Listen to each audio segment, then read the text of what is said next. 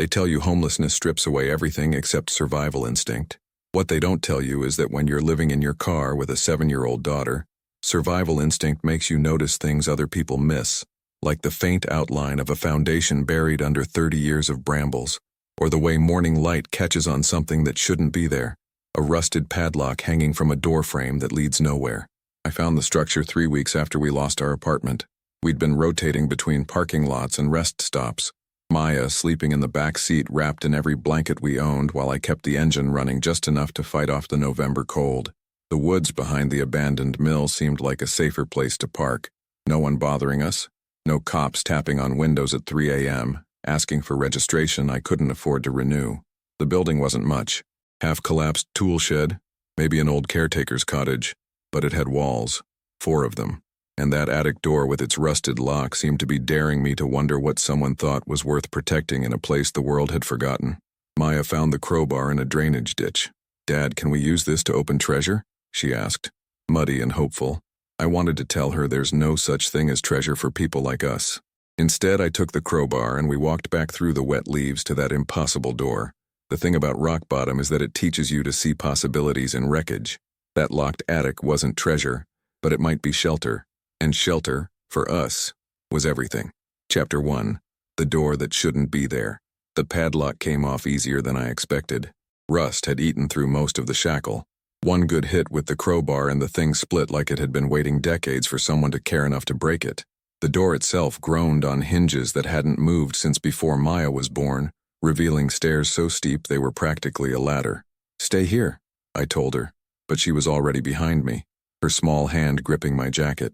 The attic smelled like wet paper and old wood, that particular scent of things slowly returning to earth. My phone's flashlight swept across the space, rafters intact, floor solid enough under my weight and, impossibly, mostly dry. Water damage had claimed one corner where the roof had given way, but the rest held. 70, maybe 80 square feet, palace-sized compared to our sedan. Maya pointed to the far wall. "Dad, there's a box." It was metal. Military green, the kind designed to keep things safe from weather, time, thieves. I pulled it into the light and saw the name stenciled on top. Warren P. Castellano, do not discard. The lock on this one was serious. Combination dial, still functional despite the rust. I was about to give up when Maya knelt beside me and pointed to the underside of the box where someone had scratched numbers into the paint with something sharp. 183307. My hands shook as I turned the dial. Click. Click, click. Inside, wrapped in oilcloth, a stack of letters bound with twine, a surveyor's map of this exact property, a deed dated 1987, and a carpenter's journal filled with measurements, sketches, plans for something that had never been finished. The top letter bore my favorite kind of handwriting, the careful script of someone who understood that words might outlast everything else. "To whoever finds this," it began. Maya tugged my sleeve. "What does it say?" I cleared my throat. "It says someone left us instructions." Chapter 2. The decision to stay. The property deed was the kind of miracle that only makes sense when you've got nothing left to lose. Warren P. Castellano had purchased 4 acres in 1987. This cottage, the woods, the stream that ran along the eastern boundary. Tax records stuffed in another envelope showed payments through 1994. Then nothing. The county had foreclosed, but the sale had never gone through. The property sat in legal limbo, technically abandoned, waiting for someone to pay 6 years of back taxes. Total owed, $4,200. I had $180 in my pocket, and a daughter who needed walls around her before winter really hit. The letters told Warren's story in fragments. A carpenter who'd bought this land to build his retirement workshop. Sketches showed plans for the cottage expansion, 2nd floor, proper plumbing, a small barn, then illness, hospital bills. The work stopped. His last entry, dated November 1994. "To whoever finds this, the bones are good. Someone should finish what I started. Forgive what I couldn't." Maya had already decided. She'd found a corner of the attic where the roof held solid, swept it clean with her hands, and announced this was her room. "We can't just live here," I told her, though even as I said it, I was calculating. 4 walls, a roof that mostly worked, better than the car. Way better than the shelters where I'd watched grown men fight over cots while Maya watched with eyes too old for 7. "Why not?" she asked. "Because it's illegal. Because we don't own it. because the roof leaks and winter's coming and I have no idea how to fix any of this. Instead, I said, because we'd need to make it ours first. She looked at me with that expression kids get when they know adults are about to make things complicated. Then let's make it ours. I pulled out the surveyor's map and Warren's journal. The cottage foundation was solid. He'd documented it obsessively. Stone and concrete built to code. The roof needed patching, but the frame was sound. His supply lists were still tucked into the journal. Where he'd bought lumber, what hardware store gave him contractor discounts, which neighbors had helped with the heavy lifting. By dawn, I had a plan. Not a good plan. A desperate one. Pay the back taxes somehow. Claim adverse possession if we could maintain and improve the property.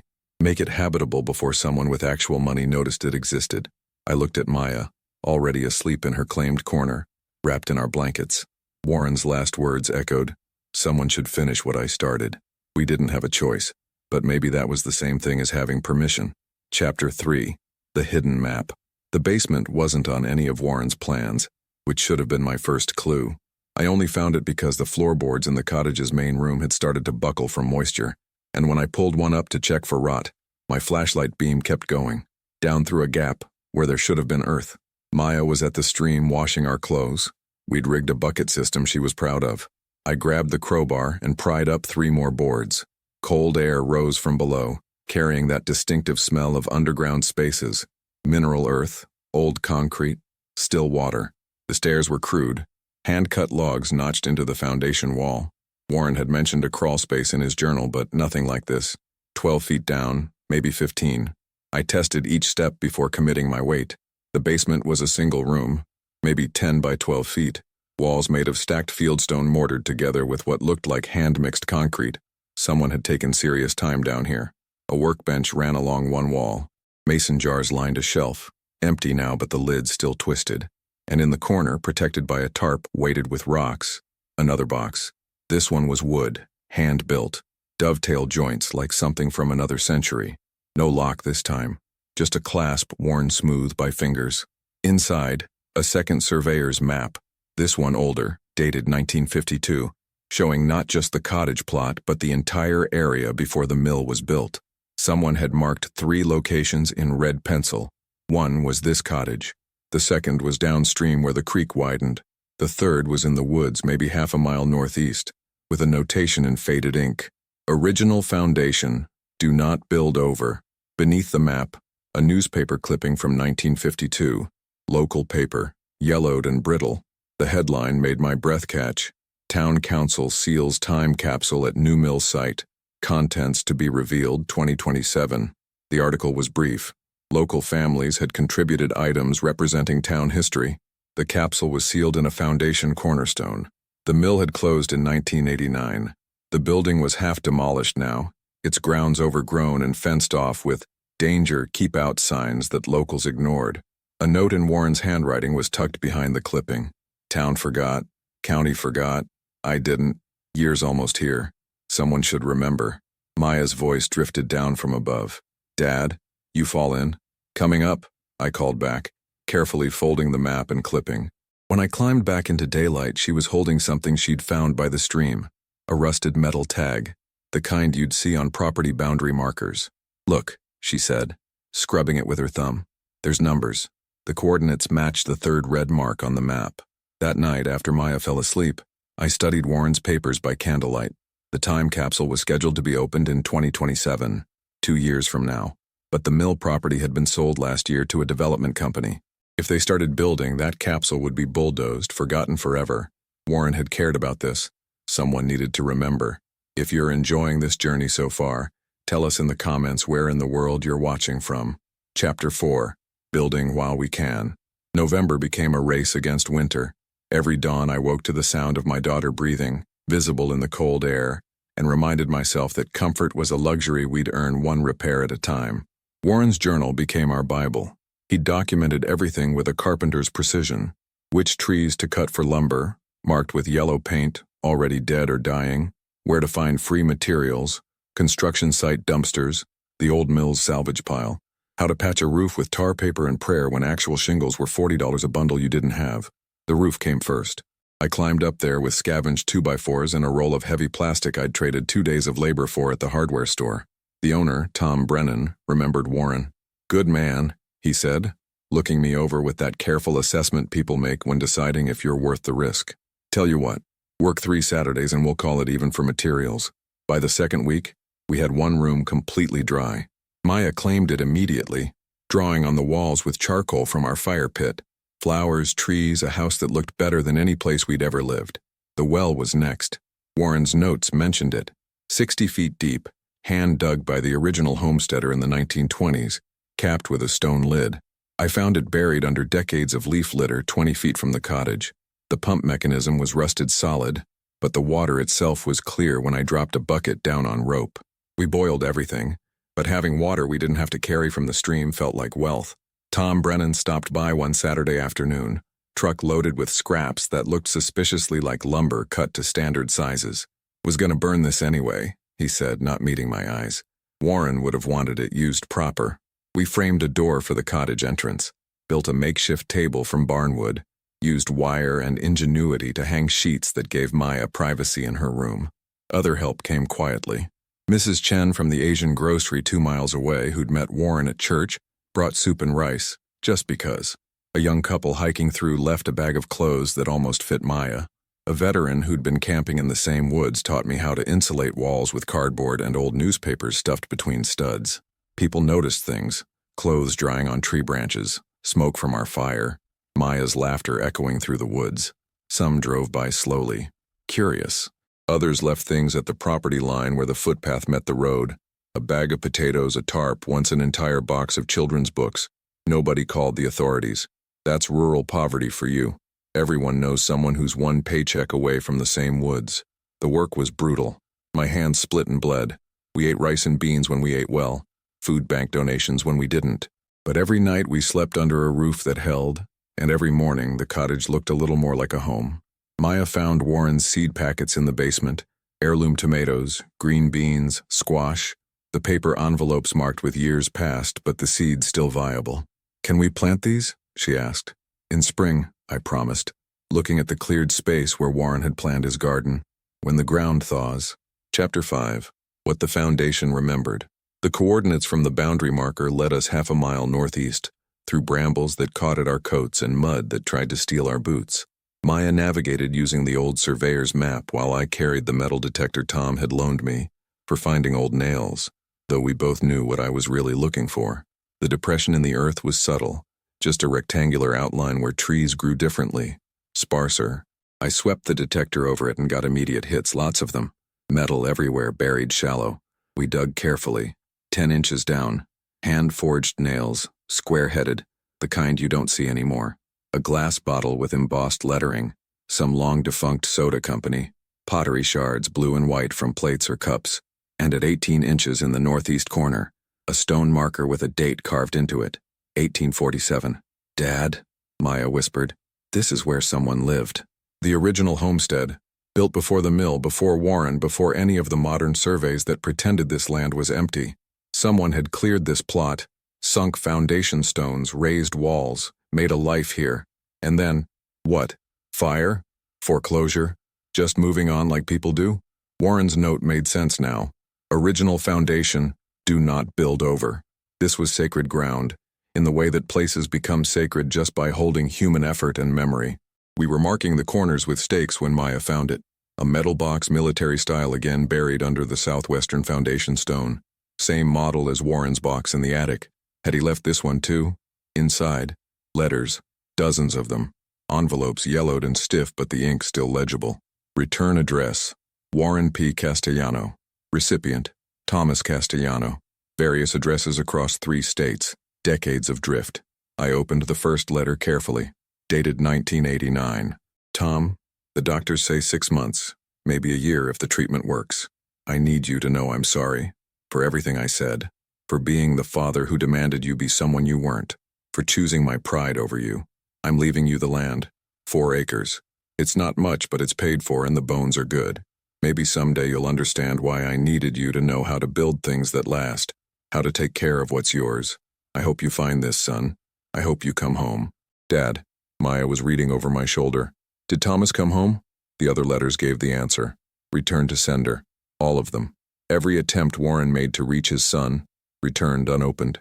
The last letter, different envelope, was dated 1994, Warren's final year.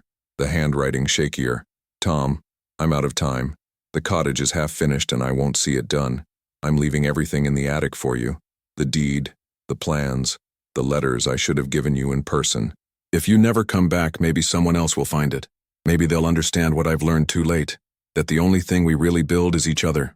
That walls and roofs matter because of who they shelter. Come home, son. Please. Before I'm just another foundation nobody remembers. Your father. The Mills time capsule. The letters buried here. Warren had been leaving breadcrumbs for a son who never came, creating a trail of memory in case Tom ever looked. We sat in the fading light, surrounded by stones that outlasted the people who placed them. Maya leaned against me. Should we try to find Thomas?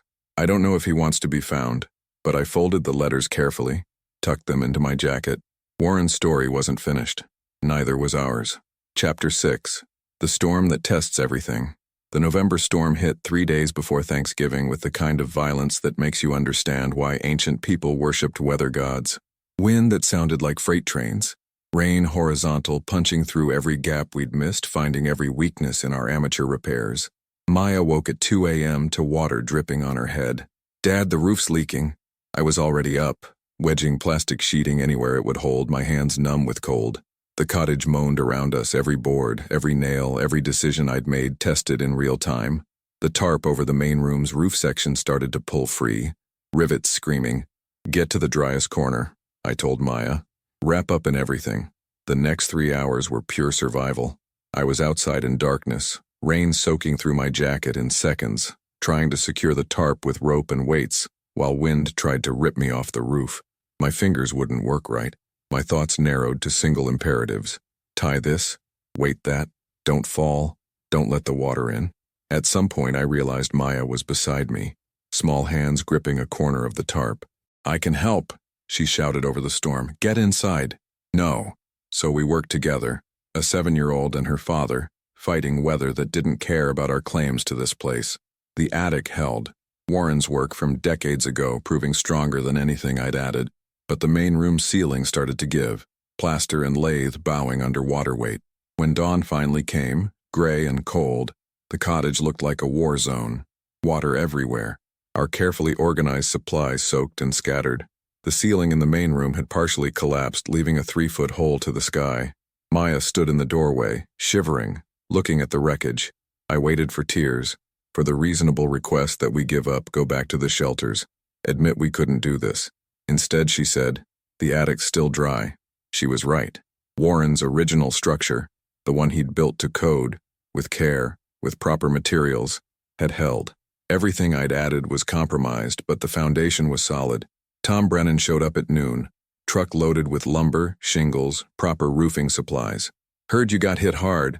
Figure we can get a real roof on before the next storm. Behind him, 3 other trucks. People from town I'd seen but never met. Mrs. Chen, the veteran from the woods, the young couple, and an older woman I didn't recognize, driving a red pickup. She climbed out slowly, joints stiff with age, and looked at the cottage with an expression I couldn't read. I'm Sarah Castellano, she said. Warren's sister.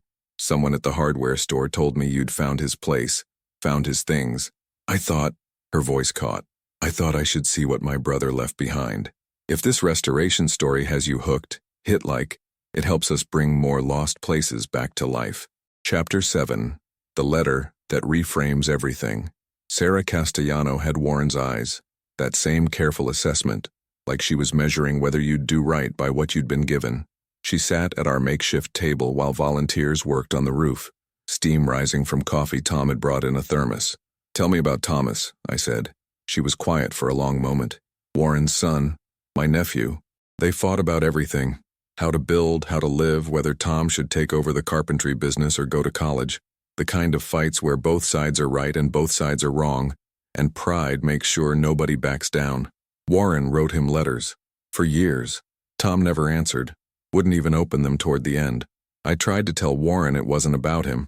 Tom was struggling with things he couldn't name back then, needed distance to figure out who he was. But Warren heard it as rejection. Put everything into this land instead, like he could build his way to forgiveness. She pulled an envelope from her bag. I found this in Warren's hospital room, never mailed, dated the day before he died. I opened it carefully, the handwriting barely legible now, trembling. Tom, I finally understand. You needed to leave to become yourself. I needed to build to feel useful. Both of us were right. Both of us were scared. I'm leaving you the land free and clear. Taxes paid through 1994. No conditions. No requirements that you be anything except who you are. If you sell it, that's okay. If you never come, that's okay. If someone else finds it and makes it home, maybe that's better. What matters is that work continues, that places get finished, that people have shelter. Build your own life, son. That's all I ever really wanted. Dad. Maya had been listening from her corner. Did Thomas ever come back? Sarah shook her head. He died in 2003, car accident. He'd been living in Seattle, working in tech, had a husband, a good life. Never contacted Warren, never knew about this place. By the time I found Tom, tracked him down through mutual friends, Warren had been gone almost a decade. Tom cried when I told him about the letters, about the land, said he'd planned to visit that spring. Finally ready to talk. Life's full of almosts. She looked at me. The property's still in limbo. Warren's will left it to Tom, but Tom's will left everything to his husband, who never knew about this place and never claimed it. County thinks it's abandoned. I couldn't afford to pay the back taxes and maintain my own home. I thought, she cleared her throat. I thought it would just fade away, become woods again. Until we showed up. Until you showed up. She studied the cottage, the volunteers working, Maya organizing our salvaged belongings with fierce determination. Warren would like this. Someone finishing his work. Someone understanding that the land was never about ownership. It was about care. She pulled out paperwork. I talked to a property lawyer this morning. If you're willing to pay the back taxes, maintain and improve the property for 5 years, you can file for adverse possession. Make it yours legally. I'll sign whatever affidavit you need saying the legal owner never contested your presence, never intended to claim it, for $200. The number that had haunted me for weeks. Impossible and necessary in equal measure. Tom heard the sum and called 3 people on his phone. By evening we had a plan. I'd work off the debt through labor. 20 hours a week at the hardware store, repairs at Sarah's place, carpentry work for Tom's customers. 3 years of steady payments. Warren believed in work, Sarah said.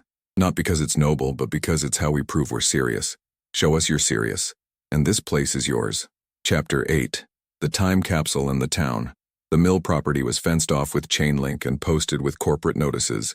Future site of Riverside Village, luxury condominiums. Phase 1, groundbreaking, December 2025. 1 month away. Warren's map showed the time capsule's location precisely. Beneath the mill's southwest corner foundation, sealed in 1952, intended for opening in 2027.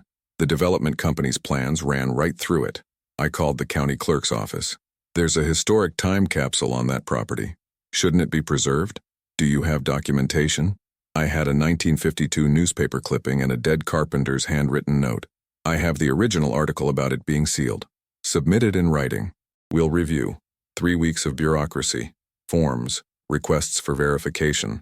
The development company dismissing it as unconfirmed local legend. The Historical Society too underfunded to fight. Maya had a different idea. What if everyone knows? She'd been watching me document our cottage restoration on my phone. Photos of progress, videos of repairs, before and afters that showed the journey from ruin to home. Put the capsule story online, she said, like you do with our house. So I did. I wrote the story of Warren, of Thomas, of a father who left breadcrumbs for a son who never came home.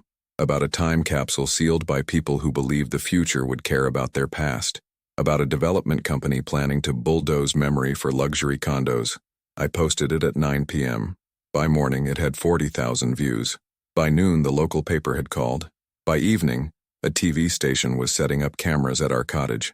Sarah appeared in a video, talking about her brother's obsession with the capsule, his maps, his hope that someone would remember. Maya, shy but determined, explained what we were trying to save. People made that time capsule for us, she said to the camera. We should open it like they wanted in 2027, not just bury it. The story spread. Regional news. State representatives getting calls. The development company issuing statements about working with the community to preserve local heritage. Tom Brennan organized a public meeting at the town hall. 200 people showed up. more than had attended any civic event in a decade. Older residents remembered the capsule ceiling, remembered their parents' contributions. Younger ones wanted to preserve something, anything, before development erased it all. The development company caved. They'd relocate the capsule to the town square, hire archaeologists to excavate it properly, open it publicly in 2027 as planned. The mill site would acknowledge the history in their development, a small park, a plaque, something. It wasn't perfect. The mill was still becoming condos, but the memory would survive. Warren's letters to Thomas, the ones we'd found buried, Sarah donated to the Historical Society. Let people know, she said, that these places hold stories, that we're all just stewards for a while. Chapter 9. What Remains.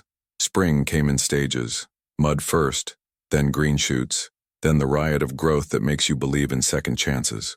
Maya and I planted Warren's heirloom seeds in the space he'd cleared and sketched. Tomatoes that climbed makeshift trellises, beans that threaded through strings tied to posts, squash that sprawled gloriously across turned earth. The cottage was sound now. Real roof, sealed walls, a wood stove Tom had helped me install that turned the main room into livable space. Maya had claimed the attic officially, painting it with donated paint. Yellow like sunshine, she said, so she'd never forget what cold felt like. Sarah visited weekly, bringing things from Warren's storage unit that she'd never had space for. His tool collection, his hand-drawn plans for furniture, photographs of the cottage being built in 1987. She helped me build a proper table, teaching me dovetail joints, showing me how Warren had done it.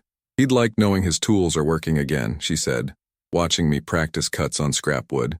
The time capsule excavation was scheduled for June 2027, but the town had already created a temporary display at the library. The newspaper clipping, Warren's maps, testimonies from people who remembered the sealing ceremony 70 years ago. Our story, the homeless dad who found letters in an attic and refused to let memory die, had become part of the local narrative. Tom offered me permanent work at the hardware store, 15 hours a week plus projects. You've got Warren's eye for structure, he said. Should use it. Maya thrived. The school bus stopped at our road now. She'd made friends, joined the science club, started writing stories about houses that remembered things. Her teachers called her remarkably resilient, which is code for, this kid's seen some hard miles. Some nights after she was asleep, I sat on our porch, the one I'd built from Warren's salvaged lumber, and thought about the journey, from car to cottage, from desperation to deed, from finding a locked attic to finding purpose. The property taxes were paid. The adverse possession paperwork was filed. In 4 more years, barring objections, this place would legally be ours. But ownership felt less important than stewardship. We were just the next chapter in a story that started in 1847 with foundation stones, continued with Warren's dovetail joints and unrequited letters, and would extend beyond us to whoever came next. Maya emerged from the cottage carrying her journal, the one Sarah had given her, empty pages ready for her own documentation. Dad, should I write down how we built the garden shed? Definitely. Someone might need instructions someday. She settled beside me, pencil moving across paper, recording measurements and mistakes in careful handwriting, learning what Warren knew, that the only things we truly own are the work we do and the stories we leave. The cottage creaked slightly in the evening breeze, wood settling, foundation holding, walls that remembered everyone who'd ever tried to make them home. Subscribe for more true-to-life tales of rebuilding, memory, and hidden history. See you in the next story. What we inherit isn't always land or money. Sometimes it's just permission to finish what someone else started, and the courage to leave our own unfinished work for whoever comes next.